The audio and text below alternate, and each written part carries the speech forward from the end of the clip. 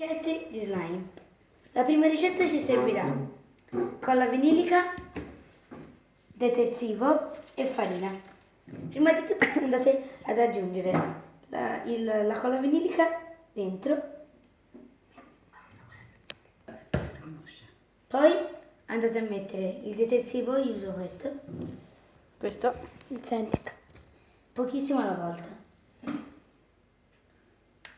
fine ho fatto la mia spatolina?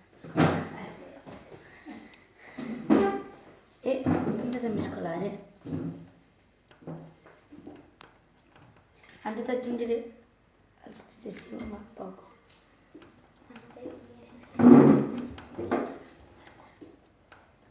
Finché non risulterà così, sembrerà solo con la vinilica, ma dentro ci sarà anche il nostro amore. Va bene anche il Dixon, General, Perlana e altre marche. E anche Biopresto. Biopresto. E andate ad aggiungere un pochino di farina dentro e andate a mescolare. Finché il composto non vi sembrerà abbastanza omogeneo. A me vado ad aggiungere un altro pochino di colla vinilica, perché ho messo troppa farina.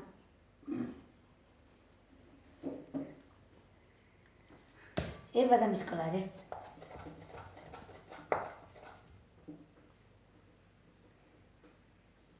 Poi andate a giocare un pochino con le mani e andate a mettere un pochino d'olio. Io mi sono bagnata un pochino le mani, come vedete, di olio di girasole, però potete usare anche l'olio Johnson e oli normali. Andate a manovrarlo e come vedete non si attaccherà più. Questo è tutto della prima ricetta, ora passeremo alla seconda ricetta. Questo sarà il risultato del nostro mini. Io avevo già fatto le prove e lo vado ad aggiungere. Questo alla fine dovrebbe essere il vostro risultato. Fluffy Slime!